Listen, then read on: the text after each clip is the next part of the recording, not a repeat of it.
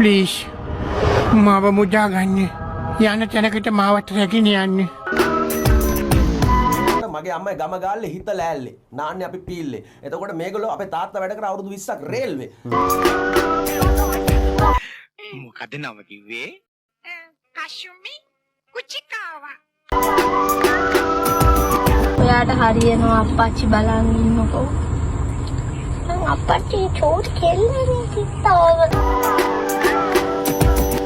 මාව වට්ටන්න නැතුව එක්කගෙන යන පිනමැති ඔයාට ලබන ආත්මේ බල්ලෙක් වෙන්න.